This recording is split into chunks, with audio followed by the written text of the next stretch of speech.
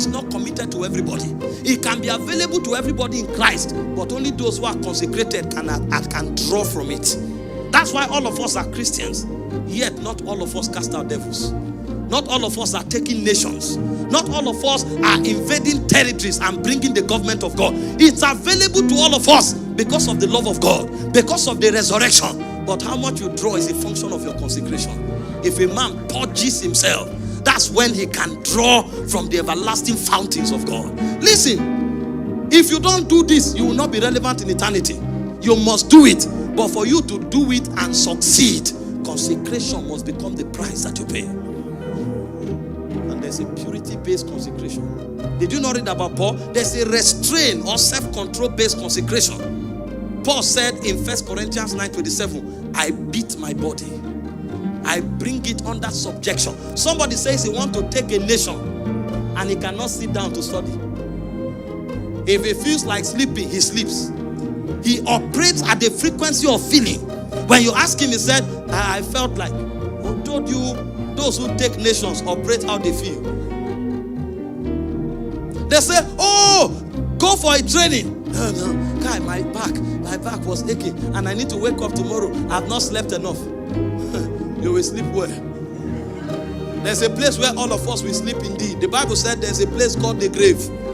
There you will sleep. Nobody will trouble you to go for devotion. Nobody will trouble you to fast. Nobody will trouble you to go for workers training. You will sleep there until your whole flesh will slip away. Even the bones will decay. Our time is rest in peace. That's what they call it. Our time here is limited. You beat your body. It's self-restraint. And bring yourself under subjection. There are times you need to sleep, but kingdom won't let you. There are times you need to go for a vacation, and there's nothing wrong. Go as much as you have the time. But there are times where you can't live like every other person. It's the consecration of the believer. From purity to self-control to sacrifice, and then to devotion to God. Wow! You don't pray, you don't fast, you don't study. You want to move the hand of God. It's not that cheap, sir. It's not that cheap. For you to even discern the movements of the Spirit, it may take hours of priesthood to begin to know the difference between the air and the wind called Ruach HaKodesh. It will take time to know the difference. That what is blowing is not what a fan is producing. It's what is coming from Zion. It will take time to know that the sounds you are hearing is not the keyboard. It's the voice of many waters. It will take time to be able to know when to climb from the sound of the keyboard to the songs of song, the sounds of the Spirit, where angels are whispering echoes from eternity. And those echoes become the ladders through which you are sent to heights. And it's from those heights that you can stand and speak and say, let London be free. That will not be the voice of a man. It will be the shout of the King. And when you talk from that height, even the gates of cities will open. Did you not read? He said, who shall ascend the mountains of God? Who shall stand upon his holy hills? He said, it is they that are of a pure hand. They've not lifted up their soul in vanity. These are the ones. It's from Zion we stand and we shout, Shabak, and doors of nations can open. There's an alignment. There's a procession. Jericho does not fall because you came with trumpet. Jericho will fall because you align with the armies of heaven. There's a gate called Mahanaim, where you dance the dance of the Spirit. At that point, even your laughter becomes a weapon. There's a place of synchronization. There's a place of alignment, where the warriors of earth become one with the warriors of heaven. And whatever you are doing, no matter how powerless it is, an army can go down. The Lord is good, and his mercies endureth forever. And Moab, Ammon, and Mount Seir can attack themselves. 18 million men can die just because you are making a sound. That's not just a sound. They are rhythms of war. They are chants of alignment. They are realms in Zion. But how can you know that language if there's no consecration to take you there? They were looking for Daniel. They thought he was part of those who are going on holidays. No. The guy said, you can give people positions. He said, I will sit at the gate. And while he was there at the gate, a hand appeared and wrote something. Nobody knew the language. If you don't know the language, how do you interpret it?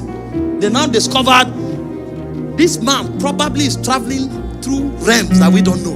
And when they brought Daniel, there was no need to go consult anyone. He said, God has exalted you. He has given you a kingdom that expands the whole earth. And you decided to worship the God of iron and of stone. He said, it's for that reason that this hand came. He could tell you why the judgment came. So this guy is not guessing.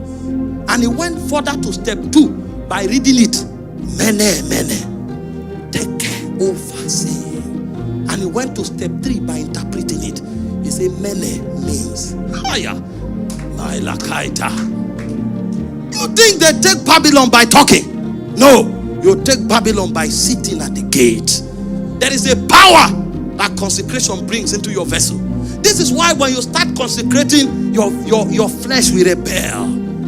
But like Paul, you will beat it and bring it under subjection. You will beat it because your generation wants to hear something that is stronger than Queen's English.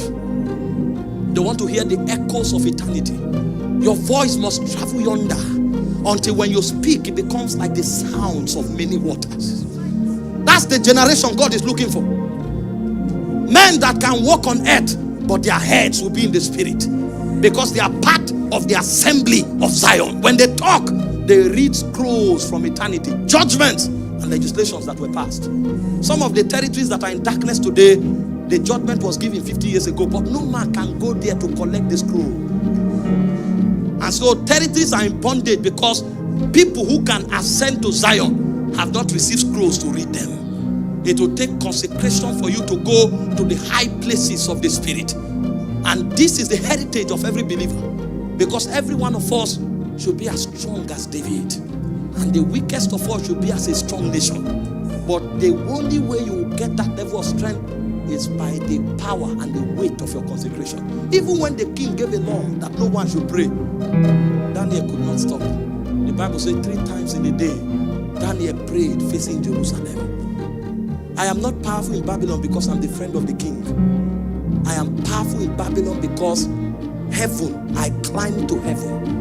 And even when the king has no choice and gives the law that I should be thrown to the lion's den, then I will show the king that what powers me is superior to his favor.